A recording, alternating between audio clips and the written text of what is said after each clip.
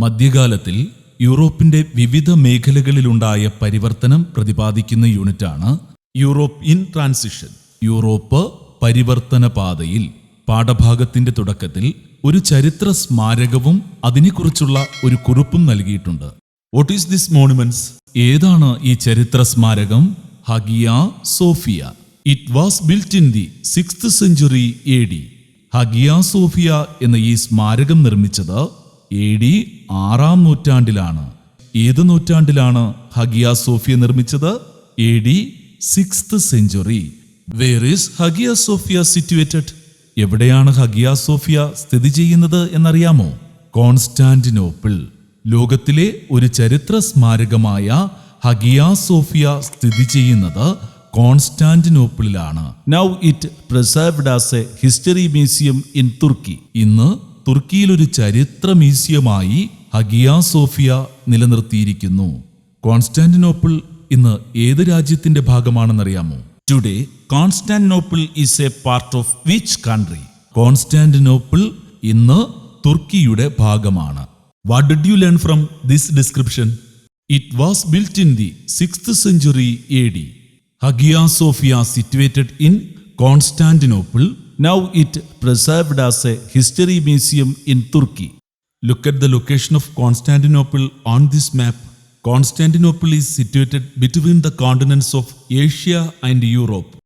Europe Asia വൻകരകൾക്കിടയിലാണ് Constantinople സ്ഥിതി ചെയ്യുന്നത്. Constantinople, the erstwhile capital of the Eastern Roman Empire, has a unique place in the history of the world. കിഴക്കൻ റോമാ സാമ്രാജ്യത്തിന്റെ തലസ്ഥാനമായിരുന്ന കോൺസ്റ്റാന്റിനോപ്പിളിന് ലോകചരിത്രത്തിൽ സുപ്രധാന സ്ഥാനമുണ്ടായിരുന്നു.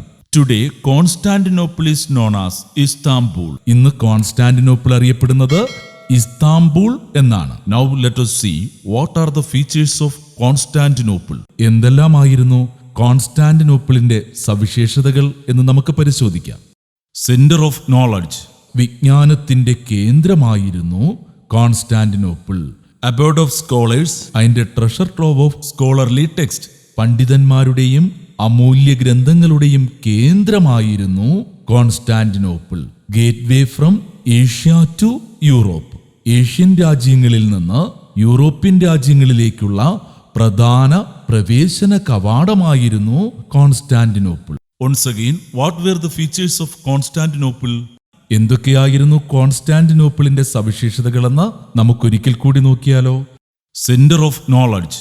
വിജ്ഞാനത്തിന്റെ കേന്ദ്രമായിരുന്നു കോൺസ്റ്റാന്റിനോപ്പിൾ. മറ്റൊരു സവിശേഷത abode of scholars and treasure trove of scholarly text. പണ്ഡിതന്മാരുടെയും അമൂല്യ ഗ്രന്ഥങ്ങളുടെയും കേന്ദ്രമായിരുന്നു Constantinople. Gateway from Asia to Europe. Asian രാജ്യങ്ങളിൽ നിന്ന് യൂറോപ്യൻ രാജ്യങ്ങളിലേക്കുള്ള പ്രധാന പ്രവേശന കവാടമായിരുന്നു Constantinople. When did the Turks capture Constantinople? 1453. തുർക്കികൾ കോൺസ്റ്റാന്റിനോപ്പിൾ കീഴടക്കിയ വർഷം ഏതാണ്? 1453. 1453 തുർക്കികൾ കോൺസ്റ്റാന്റിനോപ്പിൾ കീഴടക്കിയതിന്റെ അനന്തരഫലങ്ങൾ എന്തൊക്കെയാണ് എന്ന് നമുക്ക് പരിശോധിക്കാം. What were the consequences of the Turkish conquest of Constantinople? Fall of the centuries-old Eastern Roman Empire. തുർക്കികൾ കോൺസ്റ്റാന്റിനോപ്പിൾ കീഴടക്കിയതോടെ നൂറ്റാണ്ടുകളായി നിലനിന്നിരുന്ന കിഴക്കൻ റോമാ സാമ്രാജ്യം തകർന്നു. Consequently, scholars, artists and writers fled from Constantinople to nearby areas in great numbers. Constantinople കേന്ദ്രീകരിച്ചിരുന്ന പണ്ഡിതന്മാരും കലാകാരന്മാരും സാഹിത്യകാരന്മാരും ഉൾപ്പെടെയുള്ള നിരവധി ആളുകൾ തൊട്ടടുത്ത പ്രദേശങ്ങളിലേക്ക് പലായനം ചെയ്തു. Many of them migrated to Italy. അവരിൽ വലിയൊരു വിഭാഗം ഇറ്റാലിയൻ നഗരങ്ങളിലായിരുന്നു എത്തിച്ചേർന്നത്. തുർക്കികൾ കോൺസ്റ്റാന്റിനോപ്പിൾ കീഴടക്കിയതിന്റെ അനന്തരഫലങ്ങൾ എന്തൊക്കെയാണ് എന്ന് ഒരിക്കൽ കൂടി നമുക്ക് നോക്കാം. What were the consequences of the Turkish conquest of Constantinople? Fall of the centuries-old Eastern Roman Empire.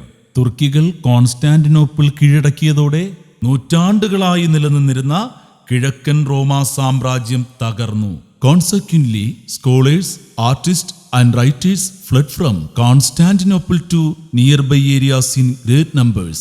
Constantinople കേന്ദ്രീകരിച്ചിരുന്ന പണ്ഡിതന്മാരും കലാകാരന്മാരും സാഹിത്യകാരന്മാരും ഉൾപ്പെടെയുള്ള നിരവധി ആളുകൾ തൊട്ടടുത്ത പ്രദേശങ്ങളിലേക്ക് പലായനം ചെയ്തു. Many of them migrated to Italy. അവരിൽ വലിയൊരു വിഭാഗം ഇറ്റാലിയൻ നഗരങ്ങളിലായിരുന്നു എത്തിച്ചേർന്നത്. Why did they migrate to Italy? എന്തുകൊണ്ടാണ് അവർ ഇറ്റലിയിലേക്ക് പലായനം ചെയ്തത്? കോൺസ്റ്റാന്റിനോപ്പിളിൽ അധിവസിച്ചിരുന്ന സാഹിത്യകാരന്മാരും പണ്ഡിതന്മാരും കലാകാരന്മാരും ഇറ്റലിയിൽ എത്തിച്ചേരാനുള്ള കാരണങ്ങൾ നമുക്ക് വിശദമായി പരിശോധിക്കാം. Italy was a country that upheld the rich Greco Roman tradition. ഇറ്റലിയിലേക്ക് പോകാനുള്ള ഒന്നാമത്തെ പ്രധാന കാരണമെന്ന് പറയുന്നത് പുരാതന ഗ്രീക്കോ റോമൻ സംസ്കാരത്തിന്റെ പൈതൃകം പേറുന്ന രാജ്യമായിരുന്നു Italy. Another reason was the rich Italian traders were the patrons of art, literature and culture. ഇറ്റലിയിലെ സമ്പന്നരായ വ്യാപാരികൾ കല, സാഹിത്യം, സംസ്കാരം എന്നിവ പ്രോത്സാഹിപ്പിച്ചു. These traders were keen to preserve the historical and cultural heritage. ചരിത്ര പൈതൃകങ്ങൾ സംരക്ഷിക്കുന്നതിൽ ഈ സമ്പന്ന വ്യാപാരികൾ തൽപരരായിരുന്നു. അതുകൊണ്ടാണ് 1453 തുർക്കികൾ കോൺസ്റ്റാന്റിനോപ്പിൾ കീഴടക്കിയതോടെ അവിടെ കേന്ദ്രീകരിച്ചിരുന്ന പണ്ഡിതന്മാരും കലാകാരന്മാരും സാഹിത്യകാരന്മാരും ഇറ്റലിയിലേക്ക് എത്തിച്ചേർന്നത്. Why scholars, writers and artist who lived in Constantinople came to Italy? Make a word son. നമുക്ക് ഒരു പദസൂര്യൻ നിർമ്മിച്ചാലോ? കോൺസ്റ്റാന്റിനോപ്പിളിൽ അധിവസിച്ചിരുന്ന പണ്ഡിതന്മാരും സാഹിത്യകാരന്മാരും കലാകാരന്മാരും ഇറ്റലിയിൽ എത്തിച്ചേരാനുള്ള കാരണങ്ങൾ ഈ പദസൂര്യനിൽ നിന്ന് നമുക്ക് കുറച്ചുകൂടി എളുപ്പത്തിൽ മനസ്സിലാക്കാം. The conquest of Constantinople by the Turks, the interest of the traders in preserving the historical heritage, encouragement of wealthy merchants, the rich Greco Roman tradition. ഇറ്റലിയിൽ ഇവർ എത്തിച്ചേരാനുള്ള കാരണങ്ങൾ തുർക്കികളുടെ കോൺസ്റ്റാന്റിനോപ്പിൾ ആക്രമണം, ചരിത്ര പൈതൃകങ്ങൾ സംരക്ഷിക്കുന്നതിൽ വ്യാപാരികൾക്കുണ്ടായിരുന്ന താൽപ്പര്യം, സമ്പന്നരായ വ്യാപാരികളുടെ പ്രോത്സാഹനം. ഗ്രീക്കോ റോമൻ സാംസ്കാരിക പൈതൃകമുള്ള രാജ്യമായിരുന്നു ഇറ്റലി.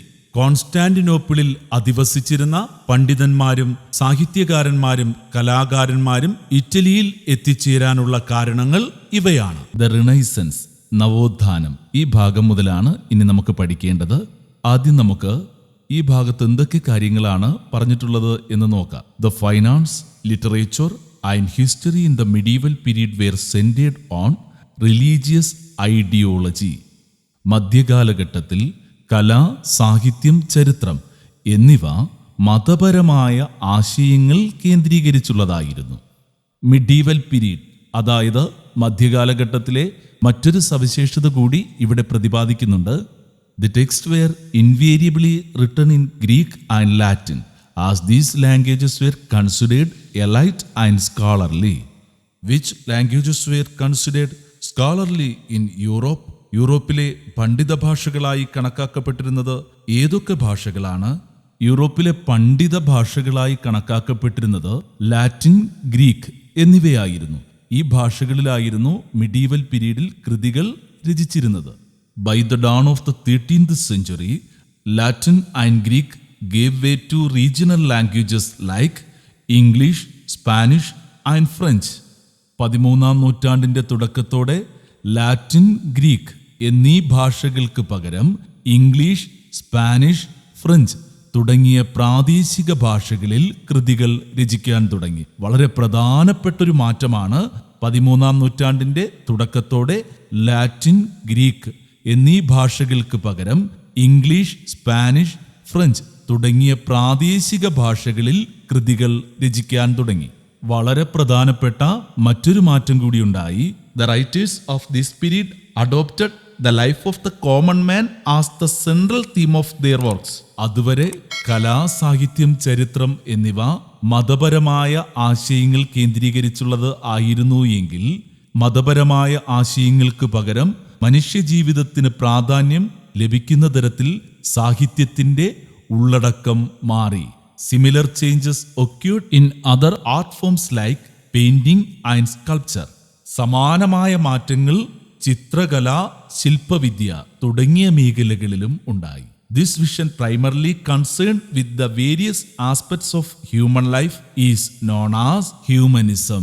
ഇത്തരത്തിൽ മനുഷ്യജീവിതത്തിന് പ്രാമുഖ്യം കൊടുത്തുകൊണ്ടുള്ള കാഴ്ചപ്പാടിനെയാണ് ഹ്യൂമനിസം, അതായത് മാനവികത എന്ന് പറയുന്നത്. What is humanism? എന്താണ് മാനവികത? The vision, primarily concerned with the various aspects of human life, is known as humanism. മനുഷ്യജീവിതത്തിന് പ്രാമുഖ്യം കൊടുത്തുകൊണ്ടുള്ള കാഴ്ചപ്പാടിനെയാണ് മാനവികത എന്ന് പറയുന്നത്. എന്താണ് humanism? The vision, primarily concerned with the various aspects of human life, is known as humanism. മനുഷ്യജീവിതത്തിന് പ്രാമുഖ്യം കൊടുത്തുകൊണ്ടുള്ള കാഴ്ചപ്പാടിനെയാണ് മാനവികത എന്ന് പറയുന്നത്. ഇനി നമുക്ക് ഈ യൂണിറ്റിലെ ഏറ്റവും പ്രധാനപ്പെട്ട ഒരു ക്വസ്റ്റ്യനും അതിൻ്റെ ആൻസറും പഠിക്കാം. What is renaissance? എന്താണ് നവോത്ഥാനം? The new spirit of humanism inspired unique thoughts on the universe and human life. It promoted reasoning and the spirit of enquiry. Consequently, a new awakening in all spheres of human life became visible in Europe, and it is known as the Renaissance. പ്രപഞ്ചത്തെക്കുറിച്ചും ജീവിത സാഹചര്യങ്ങളെക്കുറിച്ചും വ്യത്യസ്തമായ രീതിയിൽ ചിന്തിക്കുവാൻ മാനവികത പ്രേരിപ്പിച്ചു. യുക്തിചിന്തയുടെയും അന്വേഷണത്വരയുടെയും വളർച്ചയ്ക്ക് ഇത് കാരണമായി. മനുഷ്യജീവിതത്തിൻ്റെ നാനാമേഖലകളിലും പുത്തൻ ഉണർവാണ് ഇതിലൂടെ സൃഷ്ടിക്കപ്പെട്ടത്. ഇത്തരത്തിലുണ്ടായ ഉണർവാണ് നവോത്ഥാനം. മധ്യകാലഘട്ടത്തിൻ്റെ സവിശേഷതകളും 13-ാം നൂറ്റാണ്ടോടെ ഉണ്ടായ മാറ്റങ്ങളെയും കുറിച്ച് എന്തെല്ലാം കാര്യങ്ങളാണ് നമ്മൾ മനസ്സിലാക്കിയത്? The important features of the medieval period. മധ്യകാലഘട്ടത്തിലെ സവിശേഷതകൾ. ഈ ടേബിളിലൂടെ നമ്മൾ ഇതുവരെ പറഞ്ഞ കാര്യങ്ങൾ വിശദമായി മനസ്സിലാക്കാം. The finance, literature and history in the medieval period were centred on religious ideology.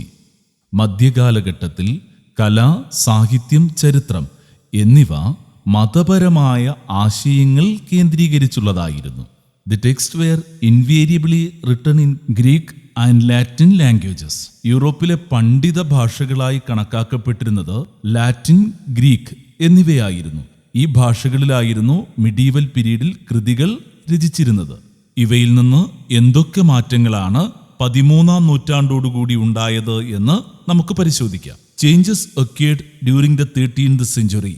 Literary works were written in regional languages. പ്രാദേശിക ഭാഷകളിലാണ് കൃതികൾ രചിച്ചിരുന്നത്. മറ്റൊരു മാറ്റം, the literature of this period were centred on diverse aspects of human life. കലയുടെയും സാഹിത്യത്തിൻ്റെയും പ്രതിപാദ്യം മനുഷ്യജീവിതമായി മാറി. Promoted reasoning and spirit of enquiry. യുക്തിചിന്തയുടെയും അന്വേഷണത്വരയുടെയും വളർച്ച. ഇത്തരത്തിൽ 13-ാം നൂറ്റാണ്ടോടെ യൂറോപ്പിൽ വിവിധ മേഖലകളിലുണ്ടായ മാറ്റങ്ങളാണ് നവോത്ഥാനം എന്നറിയപ്പെടുന്നത്. എന്തൊക്കെയാണ് നവോത്ഥാനത്തിൻ്റെ സവിശേഷതകൾ? What are the features of Renaissance? Humanism, reasoning, spirit of enquiry, development of regional languages. മാനവികത, യുക്തിചിന്ത, അന്വേഷണത്വര, പ്രാദേശിക ഭാഷകളുടെ വളർച്ച. ഇവയാണ് നവോത്ഥാനത്തിൻ്റെ സവിശേഷതകൾ. ഇനി നമ്മൾ പഠിക്കാൻ പോകുന്നത് നവോത്ഥാനം ഏതെല്ലാം മേഖലകളിലാണ് സ്വാധീനം ചെലുത്തിയത് എന്നാണ്. Renaissance in literature. സാഹിത്യത്തിൽ നവോത്ഥാനത്തിൻ്റെ സ്വാധീനം എന്തൊക്കെയാണ് എന്ന് നമുക്ക് നോക്കാം. Who is the father of Renaissance? ആരാണ് നവോത്ഥാനത്തിൻ്റെ പിതാവ് എന്നറിയപ്പെടുന്നത്? Petrarch. Who is the father of Renaissance? നവോത്ഥാനത്തിൻ്റെ പിതാവ് ആരാണ്? പെട്രാർക്കിനെയാണ് നവോത്ഥാനത്തിൻ്റെ പിതാവ് എന്ന് വിളിക്കുന്നത്. Name the magnum opus of Petrarch. പെട്രാർക്കിൻ്റെ പ്രസിദ്ധമായ കൃതി ഏതാണ്? സീക്രട്ടം. സീക്രട്ടം എന്ന കൃതിയുടെ കർത്താവ് ആരാണ്? പെട്രാർക്കാണ് സീക്രട്ടം എന്ന കൃതിയുടെ കർത്താവ്. റിനൈസൻസ് പീരീഡിലെ എഴുത്തുകാരും അവർ രചിച്ച പുസ്തകങ്ങളുമാണ് ഇവിടെ നൽകിയിട്ടുള്ളത്. ആരൊക്കെയാണെന്ന് നോക്കാം. ദാന്തെയുടെ പ്രശസ്തമായ കൃതിയാണ് ഡിവൈൻ കോമഡി. ദാന്തെ എഴുതിയ പുസ്തകമാണ് ഡിവൈൻ കോമഡി. ബൊക്കാച്ചിയോ എഴുതിയ ദി ഡെക്കാമറൻ, സെർവാന്തയുടെ ഡോൺ ക്വിക്സോട്ട്, ഇറാസ്മസിന്റെ ഇൻ പ്രൈസ് ഓഫ് ഫോളി. ഈ സാഹിത്യകാരന്മാരും അവരെഴുതിയ പുസ്തകങ്ങളെയും പറ്റി പുസ്തകത്തിൽ ഒരു ടേബിൾ നൽകിയിട്ടുണ്ട്. ഈ ടേബിൾ നമുക്ക് കംപ്ലീറ്റ് ചെയ്യാം. പെട്രാർക്ക്, ഏതാണ് അദ്ദേഹത്തിൻ്റെ പുസ്തകം? സീക്രട്ടം. ദാന്തെയുടെ പുസ്തകം ഏതാണ്? Divine Comedy. ബൊക്കാച്ചിയോ, അദ്ദേഹം ഏത് പുസ്തകമാണ് എഴുതിയത്? ദി ദെക്കാമറൻ കഥകൾ. സെർവാന്തെ എഴുതിയ പുസ്തകം ഏതാണ്?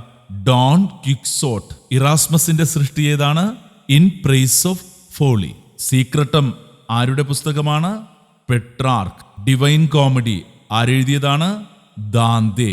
ദെക്കാമറൻ കഥകൾ ആരുടെ സൃഷ്ടിയാണ്? ബൊക്കാച്ചിയോ. ഡോൺ ക്വിക്സോട്ട് എന്ന പുസ്തകം എഴുതിയതാരാണ്? Cervantes. In Praise of Folly ഇത് ആരുടെ സൃഷ്ടിയാണ്? ഇറാസ്മസ്. ഇറാസ്മസിനെ അറിയപ്പെടുന്നത് കിങ് ഓഫ് ഹ്യൂമനിസം, മാനവികതയുടെ പിതാവ് എന്നറിയപ്പെടുന്നത് ആരാണ്? ഇറാസ്മസ്. റെനൈസൻസ് ഇൻ ആർട്സ്, നവോത്ഥാനം കലയിൽ. The Renaissance spirit was most pronounced in painting. നവോത്ഥാന കലകളിൽ ഏറ്റവും ശ്രദ്ധേയം ചിത്രകലയായിരുന്നു. ഈ കാലത്തെ ഏറ്റവും ശ്രദ്ധേയനായ ചിത്രകാരൻ ആരായിരുന്നെന്നറിയാമോ? ലിയനാർഡോ ഡാവിഞ്ചി ആയിരുന്നു നവോത്ഥാന കാലത്തെ ഏറ്റവും ശ്രദ്ധേയനായ ചിത്രകാരൻ. The Mona Lisa and the Last Supper are his famous paintings. മൊണാലിസയും ലാസ്റ്റ് സപ്പർ, അതായത് അവസാനത്തെ അത്താഴം എന്നിവയാണ് അദ്ദേഹത്തിന്റെ പ്രശസ്തങ്ങളായ ചിത്രങ്ങൾ. Whose painting is Mona Lisa and the Last Supper. Last Supper and Mona Lisa are the two famous painting of Leonardo ഡാവിഞ്ചിയുടെ രണ്ട് ശ്രദ്ധേയമായ ചിത്രങ്ങളാണ് മൊണാലിസയും last സപ്പറും.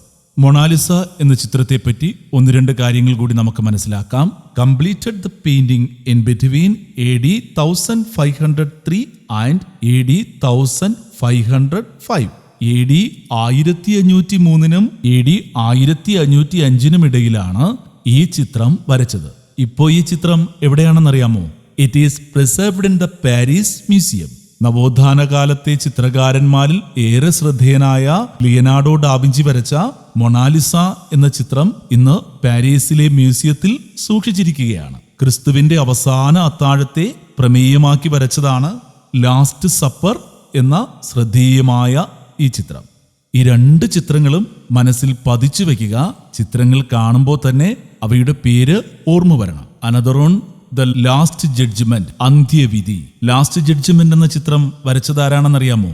Michael Angelo.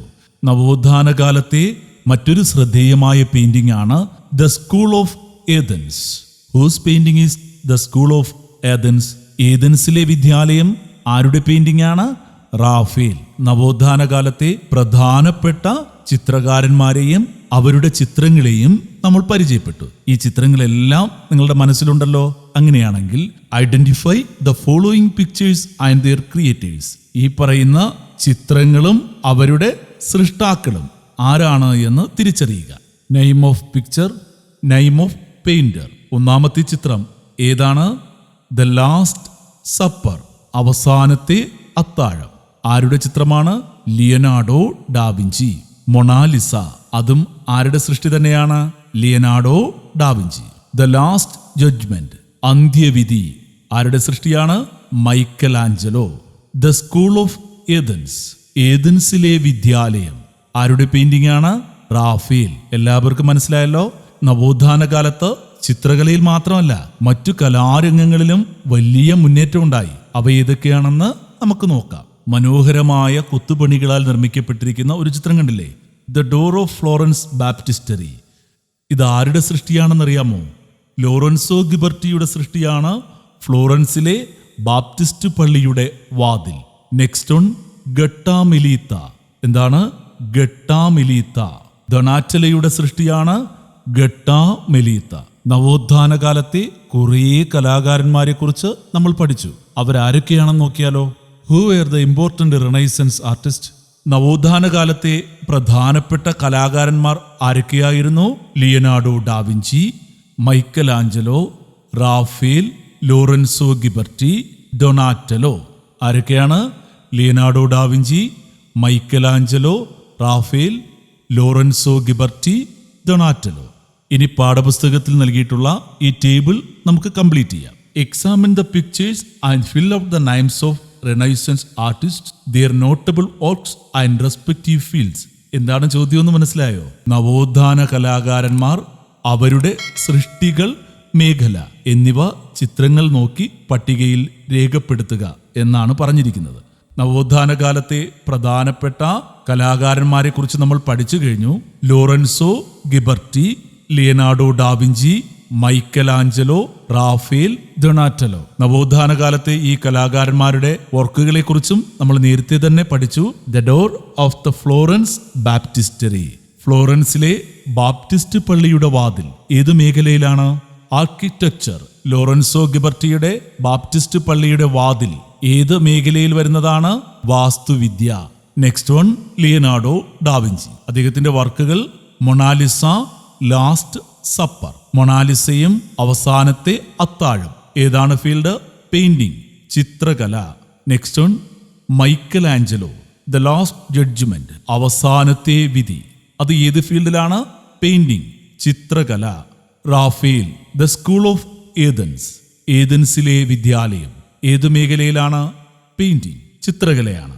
ഡൊണാറ്റലയുടെ Gattamelata, sculpture ഏതാണ്? ഇതൊരു ശില്പമാണല്ലേ. നവോത്ഥാന കാലത്തെ പ്രധാനപ്പെട്ട കലാകാരന്മാരും അവരുടെ സൃഷ്ടിയും അത് ഓരോന്നും ഏത് ഫീൽഡിൽ വരുന്നതാണെന്നും നമ്മൾ പഠിച്ചു. എല്ലാ കൂട്ടുകാർക്കും മനസ്സിലായി കാണും എന്ന് വിശ്വസിക്കുന്നു. ഇനി നമുക്ക് അടുത്ത ഭാഗത്തേക്ക് പോകാം. Now the last one, renaissance in science. നവോത്ഥാനം ശാസ്ത്രത്തിൽ. അന്നുവരെ വിശ്വസിച്ചിരുന്ന പല കാര്യങ്ങളെയും റീപ്ലേസ് ചെയ്ത കാലഘട്ടമാണിത്. നമുക്ക് വിശദമായി പഠിക്കാം. You have learned that the sun is the center of the solar system and all planets including the earth revolve around it. നമ്മൾ പഠിച്ചിട്ടുള്ളതല്ലേ, സൂര്യനാണ് സൗരയൂഥത്തിന്റെ കേന്ദ്രമെന്നും ഭൂമി ഉൾപ്പെടെയുള്ള ഗ്രഹങ്ങൾ സൂര്യനെ പ്രദക്ഷിണം വയ്ക്കുന്നുണ്ടെന്നും. എന്നാൽ അന്നുവരെ ഉണ്ടായിരുന്ന കാഴ്ചപ്പാട് അങ്ങനെ ആയിരുന്നില്ല. But formerly it was believed that the earth was the centre of the universe. എന്നാൽ ഭൂമിയാണ് പ്രപഞ്ചത്തിന്റെ കേന്ദ്രം എന്ന ധാരണയായിരുന്നു അന്ന് വരെ ഉണ്ടായിരുന്നത്. Copernicus propounded the theory of solar system and announced that the earth revolves round the sun. Copernicus എന്ന ശാസ്ത്രജ്ഞൻ സൗരയൂഥ സിദ്ധാന്തം ആവിഷ്കരിക്കുകയും സൂര്യനാണ് സൗരയൂഥത്തിന്റെ കേന്ദ്രമെന്ന് സ്ഥാപിക്കുകയും ചെയ്തു. വളരെ ഇമ്പോർട്ടന്റ് ആയിട്ടുള്ള ഒരു കണ്ടെത്തലായിരുന്നു അത്. Name the theory that proves that the sun is the center of the universe. സൂര്യനാണ് പ്രപഞ്ചത്തിന്റെ കേന്ദ്രമെന്ന് തെളിയിക്കുന്ന തിയറി ഏതാണ്? തിയറി ഓഫ് സോളാർ സിസ്റ്റം, സൗരയൂഥ സിദ്ധാന്തം. ഓർമ്മിച്ചു വയ്ക്കുക, സൂര്യനാണ് പ്രപഞ്ചത്തിന്റെ കേന്ദ്രമെന്ന് തെളിയിക്കുന്ന സിദ്ധാന്തം ഏതാണ്? സൗരയൂഥ സിദ്ധാന്തം. സൗരയൂഥ സിദ്ധാന്തം ആവിഷ്കരിച്ചത് ആരാണ്? Copernicus. Galileo Galilei invented the telescope and using it he scientifically proved that the theory put forwarded by Copernicus was true. എന്താണെന്ന് മനസ്സിലായോ? ഗലീലിയോ ഗലീലി ടെലസ്കോപ്പ് വികസിപ്പിക്കുകയും അതിലൂടെ സൗരയൂഥ സിദ്ധാന്തം ശരിയാണെന്ന് തെളിയിക്കുകയും ചെയ്തു. വലിയൊരു ഇൻവെൻഷൻ ആയിരുന്നു അത്. Who proved that the theory of solar system was true? Galileo Galilei. Galileo ഗലീലിയാണ് സൗരയൂഥ സിദ്ധാന്തം ശരിയാണെന്ന് തെളിയിച്ചത്. ഇനി മറ്റൊരു പ്രധാനപ്പെട്ടൊരു കണ്ടെത്തൽ ഈ കാലയളവിലുണ്ടായി. എന്താണെന്നറിയാമോ? Printing press. It became easier to propagate the Renaissance ideas widely among the masses with the invention of printing press by Gutenberg. Gutenberg അച്ചടിയന്ത്രം കണ്ടുപിടിച്ചതോടെ നവോത്ഥാനാശയങ്ങൾ കൂടുതൽ ജനങ്ങളിലേക്ക് വ്യാപിച്ചു. വലിയൊരു കണ്ടെത്തലായിരുന്നു. Who invented the printing press? ആരാണ് അച്ചടിയന്ത്രം കണ്ടുപിടിച്ചത്? Johannes Gutenberg. ജോഹന്നാസ് ഗുട്ടൻബർഗ് ആണ് അച്ചടിയന്ത്രം കണ്ടുപിടിച്ചത്. ഇനി ടെക്സ്റ്റ് ബുക്കിൽ നൽകിയിട്ടുള്ള ഈ ക്വസ്റ്റ്യൻ നമുക്ക് ചർച്ച ചെയ്യാം. Discuss the influence of the renaissance in the field of science. നവോത്ഥാനം ശാസ്ത്രരംഗത്തെ സ്വാധീനിച്ചതെങ്ങനെയെന്ന് ചർച്ച ചെയ്യുക. നവോത്ഥാന കാലത്ത് ശാസ്ത്രരംഗത്ത് വന്ന മാറ്റങ്ങൾ നമ്മൾ വളരെ വിശദമായി പറഞ്ഞു. അവ എന്തൊക്കെയാണ് എന്ന് നമുക്ക് നോക്കിയാലോ. The renaissance helped in the development of many new scientific ideas. ഒരുപാട് പുതിയ ശാസ്ത്രീയ ആശയങ്ങൾ രൂപപ്പെടുന്നതിൽ നവോത്ഥാനം സഹായിച്ചു. നവോത്ഥാന കാലത്ത് ഒരുപാട് പുതിയ ആശയങ്ങൾ ഉണ്ടായി, അത് നമ്മൾ പറഞ്ഞതാണ്. Next, science could remove many false ideas. അതുവരെ ഉണ്ടായിരുന്ന ഒരുപാട് തെറ്റായ ആശയങ്ങളെ ശാസ്ത്രം തള്ളിക്കളഞ്ഞത് നവോത്ഥാന കാലത്താണ്, അല്ലെ? ഒരുപാട് തെറ്റായ ആശയങ്ങളെ ശാസ്ത്രം തള്ളിക്കളഞ്ഞു. മറ്റൊരു പ്രധാനപ്പെട്ട കണ്ടെത്തൽ നടന്നത് നവോത്ഥാന കാലത്താണ്. It was proved that earth is not the centre of the universe. പ്രപഞ്ചത്തിന്റെ കേന്ദ്രം ഭൂമിയല്ല എന്ന് തെളിയിക്കപ്പെട്ടു. അതുവരെ വിശ്വസിച്ചിരുന്നത് ഭൂമിയാണ് പ്രപഞ്ചത്തിന്റെ കേന്ദ്രമെന്നാണ്. എന്നാൽ നവോത്ഥാന കാലത്താണ് പ്രപഞ്ചത്തിന്റെ കേന്ദ്രം ഭൂമിയല്ല എന്ന് തെളിയിക്കപ്പെട്ടത്. Copernicus propounded the theory of the solar system and announced that the earth revolves round the sun. Copernicus സൗരയൂഥ സിദ്ധാന്തം ആവിഷ്കരിക്കുകയും ഭൂമി സൂര്യന് ചുറ്റും പ്രദക്ഷിണം ചെയ്യുന്നു എന്ന് പ്രഖ്യാപിക്കുകയും ചെയ്തു. ഈ കണ്ടെത്തലിനെ ശാസ്ത്രീയമായി തെളിയിച്ചതാരാണ്? ഗലീലിയോ ഗലീലി, അല്ലെ? Galileo Galilei invented the telescope and proved that the theory of the solar system was true. Galileo Galilei telescope കണ്ടുപിടിക്കുകയും സൗരയൂഥ സിദ്ധാന്തം ശരിയാണെന്ന് തെളിയിക്കുകയും ചെയ്തു. Next on, the invention of the printing press helps to propagate the Renaissance ideas widely among the masses. Gutenberg നവോത്ഥാന കാലത്താണ് printing press കണ്ടുപിടിച്ചതല്ലേ? അച്ചടിയന്ത്രം കണ്ടുപിടിച്ചതോടെ നവോത്ഥാന ആശയങ്ങൾ കൂടുതൽ ജനങ്ങളിലേക്ക് വ്യാപിച്ചു. നവോത്ഥാനം ശാസ്ത്രരംഗത്തെ എങ്ങനെയൊക്കെ സ്വാധീനിച്ചു എന്ന് മനസ്സിലായല്ലോ. ഒരിക്കൽ കൂടി നോക്കാം. The renaissance helped in the development of many new scientific ideas. ഒരുപാട് പുതിയ ശാസ്ത്രീയ ആശയങ്ങൾ രൂപപ്പെടുന്നതിൽ നവോത്ഥാനം സഹായിച്ചു. Next, science could remove many false ideas. നവോത്ഥാന കാലത്താണല്ലേ ഒരുപാട് തെറ്റായ ആശയങ്ങളെ ശാസ്ത്രം തള്ളിക്കളഞ്ഞു. It was proved that earth is not the centre of the universe. പ്രപഞ്ചത്തിന്റെ കേന്ദ്രം ഭൂമിയല്ല എന്ന് തെളിയിക്കപ്പെട്ടു. Copernicus propounded the theory of the solar system and announced that the earth revolves round the sun. Copernicus സൗരയൂഥ സിദ്ധാന്തം ആവിഷ്കരിക്കുകയും ഭൂമി സൂര്യന് ചുറ്റും പ്രദക്ഷിണം ചെയ്യുന്നു എന്ന് പ്രഖ്യാപിക്കുകയും ചെയ്തു. Galileo Galilei invented the telescope and proved that the theory of the solar system was true. Galileo Galilei telescope കണ്ടുപിടിക്കുകയും സൗരയൂഥ സിദ്ധാന്തം ശരിയാണെന്ന് തെളിയിക്കുകയും ചെയ്തു. Next on, the invention of the printing press helps to propagate the Renaissance ideas widely among the masses. അച്ചടിയന്ത്രം കണ്ടുപിടിച്ചതോടെ നവോത്ഥാന ആശയങ്ങൾ കൂടുതൽ ജനങ്ങളിലേക്ക് വ്യാപിച്ചു. ഇനി അടുത്തു പറയുന്നത് എന്താണെന്ന് നോക്കാം. വളരെ പ്രധാനപ്പെട്ട ഒരു ഭാഗമാണ് ദി റിഫോർമേഷൻ, മതനവീകരണം. The Renaissance had a say in the religious sphere also. നവോത്ഥാനാശയങ്ങൾ സാഹിത്യത്തിലും കലയിലും ശാസ്ത്രത്തിലും മാത്രമായിരുന്നില്ല സ്വാധീനം ചെലുത്തിയത്. നവോത്ഥാനാശയങ്ങൾ മതരംഗത്തും സ്വാധീനം ചെലുത്തി. What is reformation? എന്താണ് മതനവീകരണം എന്നറിയാമോ? The refinement underwent by the European Christianity in the 16th century is known as the Reformation. 16-ാം നൂറ്റാണ്ടിൽ യൂറോപ്പിലെ ക്രൈസ്തവ സഭയിലുണ്ടായ പരിഷ്കരണത്തെ മതനവീകരണം എന്നറിയപ്പെടുന്നു. Where was Reformation began? മതനവീകരണം ആരംഭിച്ചത് എവിടെയാണ്? ജർമ്മനി. ജർമ്മനിയിലാണ് മതനവീകരണം ആരംഭിച്ചത്.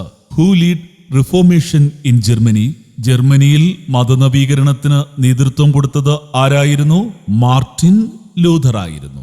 മാർട്ടിൻ ലൂഥറാണ് ജർമ്മനിയിൽ മതനവീകരണത്തിന് നേതൃത്വം നൽകിയത്. ഈ ഭാഗത്തെ ക്വസ്റ്റ്യൻസും അവയുടെ ആൻസറും ഒരിക്കൽ കൂടി നമുക്ക് നോക്കാം. What is reformation? The refinement underwent by the European Christianity in the 16th century is known as the Reformation. 16-ാം നൂറ്റാണ്ടിൽ യൂറോപ്പിലെ ക്രൈസ്തവ സഭയിലുണ്ടായ പരിഷ്കരണത്തെ മതനവീകരണം എന്നറിയപ്പെടുന്നു. Where was Reformation began? മതനവീകരണം ആരംഭിച്ചത് എവിടെയാണ്? ജർമ്മനി. ജർമ്മനിയിലാണ് മതനവീകരണം ആരംഭിച്ചത്. Who lead reformation in Germany? ജർമ്മനിയിൽ മതനവീകരണത്തിന് നേതൃത്വം കൊടുത്തത് ആരായിരുന്നു? മാർട്ടിൻ ലൂഥർ ആയിരുന്നു. നവോത്ഥാനം വിവിധ രംഗങ്ങളിൽ സ്വാധീനം ചെലുത്തിയെന്ന് നമ്മൾ മനസ്സിലാക്കിയല്ലേ? നവോത്ഥാനം ഒരു പുതിയ യുഗത്തിന് തുടക്കം കുറിച്ചു. നവോത്ഥാനത്തോടെ ആരംഭിച്ച പുതുയുഗം ആധുനിക കാലം എന്നറിയപ്പെടുന്നു. In search of sea routes, സമുദ്രമാർഗങ്ങൾ തേടി. We have seen that the Turks had conquered Constantinople.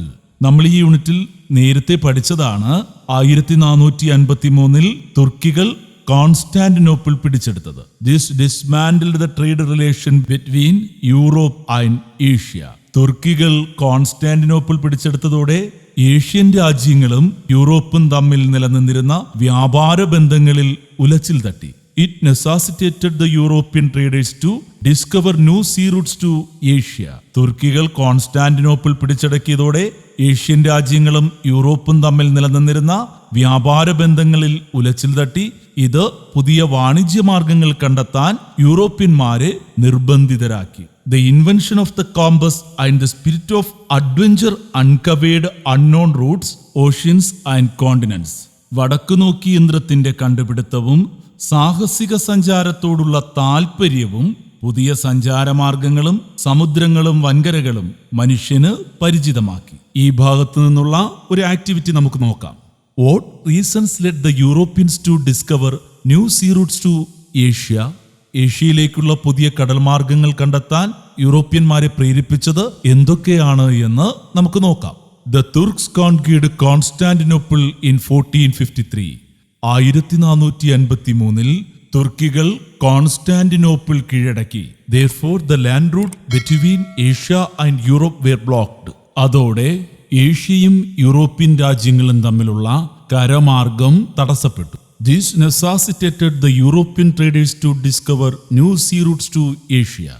ഏഷ്യയിലേക്കുള്ള പുതിയ സമുദ്രമാർഗങ്ങൾ കണ്ടെത്താൻ ഇത് European വ്യാപാരികളെ നിർബന്ധിതരാക്കി. The invention of compass and the interest for the adventure inspired these voyages. വടക്കുനോക്കി യന്ത്രത്തിന്റെ കണ്ടുപിടുത്തവും സാഹസികതയോടുള്ള താല്പര്യവും ഈ യാത്രകൾക്ക് പ്രചോദനമായി. ഈ യൂണിറ്റിന്റെ ഏറ്റവും അവസാന ഭാഗത്തേക്ക് നമ്മൾ എത്തിയിരിക്കുകയാണ്. ഇൻഡസ്ട്രിയൽ റെവല്യൂഷൻ, വ്യവസായ വിപ്ലവം. എന്താണ് ഇൻഡസ്ട്രിയൽ റെവല്യൂഷൻ, അതായത് വ്യവസായ വിപ്ലവം എന്ന് നമുക്ക് നോക്കാം. The renaissance in the field of science led to the invention of new machines which brought about immense change in the field of production. എന്താണ് ഇവിടെ പറഞ്ഞത്? നവോത്ഥാനത്തെ തുടർന്ന് ശാസ്ത്രരംഗത്തുണ്ടായ പുരോഗതി പുതിയ യന്ത്രങ്ങളുടെ കണ്ടുപിടുത്തത്തിന് കാരണമായി. നവോത്ഥാന കാലത്ത് ശാസ്ത്രം ഒരുപാട് പുരോഗതി കൈവരിച്ചു. ഇതിന്റെ അടിസ്ഥാനത്തിൽ പുതിയ പുതിയ യന്ത്രങ്ങൾ കണ്ടുപിടിക്കാൻ തുടങ്ങി. മനുഷ്യൻ കൈകൊണ്ട് ചെയ്തിരുന്ന ജോലിയുടെ സ്ഥാനത്ത് യന്ത്രങ്ങൾ കടന്നു വന്നു. യന്ത്രങ്ങൾ ഉൽപാദന രംഗത്ത് വലിയ മാറ്റങ്ങൾ കൊണ്ടുവന്നു. Consequently production increased while the cost of production decreased. യന്ത്രങ്ങൾ വന്നതോടെ ഉൽപാദന ചെലവ് കുറയുകയും എന്നാൽ ഉൽപാദനം 10 മടങ്ങ് വർദ്ധിക്കുകയും ചെയ്തു. Such changes in the field of production ushered in the industrial revolution. ഇത്തരത്തിൽ ഉൽപാദന രംഗത്തുണ്ടായ മാറ്റമാണ് വ്യവസായ വിപ്ലവം എന്ന പേരിൽ അറിയപ്പെടുന്നത്. It began in England and revolutionised production and trade. In which country did the industrial revolution began? വ്യവസായ വിപ്ലവം ആരംഭിച്ചത് എവിടെയാണ്? വ്യവസായ വിപ്ലവം ഇംഗ്ലണ്ടിലാണ് ആരംഭിച്ചത്. ഇതേ തുടർന്ന് വാണിജ്യ രംഗത്ത് വലിയ മാറ്റങ്ങൾ ഉണ്ടായി. അപ്പോൾ എന്താണ് ഇൻഡസ്ട്രിയൽ റെവല്യൂഷൻ? വ്യവസായ വിപ്ലവം നവോത്ഥാനത്തെ തുടർന്ന് ശാസ്ത്രരംഗത്തുണ്ടായ പുരോഗതി പുതിയ യന്ത്രങ്ങളുടെ കണ്ടുപിടുത്തത്തിന് കാരണമായി. യന്ത്രങ്ങൾ ഉൽപാദന രംഗത്ത് വലിയ മാറ്റങ്ങൾ കൊണ്ടുവന്നു. ഇത് ഉൽപാദനം 10 മടങ്ങ് വർദ്ധിക്കുന്നതിനും ഉൽപാദന ചെലവ് കുറയുന്നതിനുമിടയാക്കി. ഇത്തരത്തിൽ ഉൽപാദന രംഗത്തുണ്ടായ മാറ്റങ്ങളാണ് വ്യവസായ വിപ്ലവം എന്ന പേരിൽ അറിയപ്പെടുന്നത്. വ്യവസായ വിപ്ലവ കാലത്തെ ചില കണ്ടുപിടുത്തങ്ങളെ കുറിച്ചാണ് ഇനി നമുക്ക് പഠിക്കാനുള്ളത്. Invention during the industrial revolution, വ്യാവസായിക വിപ്ലവകാലത്തെ കണ്ടുപിടുത്തങ്ങൾ. പാഠപുസ്തകത്തിൽ നൽകിയിട്ടുള്ള ഈ ടേബിൾ നമുക്ക് പരിശോധിക്കാം. Invention during the industrial revolution. Scientist, വ്യവസായ വിപ്ലവകാലത്തെ കണ്ടുപിടുത്തങ്ങളും ശാസ്ത്രജ്ഞന്മാരും. ഫ്ലൈയിങ് ഷട്ടിൽ ആരാണ് കണ്ടുപിടിച്ചത്? John key. ഫ്ലൈയിങ് ഷട്ടിൽ കണ്ടുപിടിച്ചത് ആരാണ്? John Kay. Spinning jenny, James Hargreaves. James Hargreaves ആണ് സ്പിന്നിംഗ് ജെന്നി കണ്ടുപിടിച്ചത്. സ്റ്റീം എഞ്ചിൻ, ആവിയന്ത്രം, ജെയിംസ് വാട്ട്. ആവിയന്ത്രം കണ്ടുപിടിച്ചതാരാണ്? James Watt. ലോക്കോമോട്ടീവ് ആരുടെ കണ്ടുപിടുത്തമാണ്?